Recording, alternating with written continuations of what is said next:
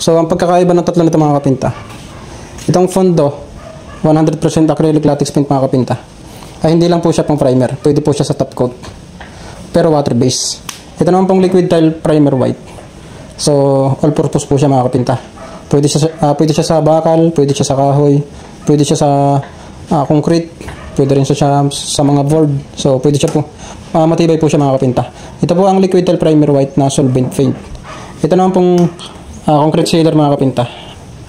So, ito po mga kapinta, ito talaga yung pinaka pang primer. Primer mga kapinta na walang amoy.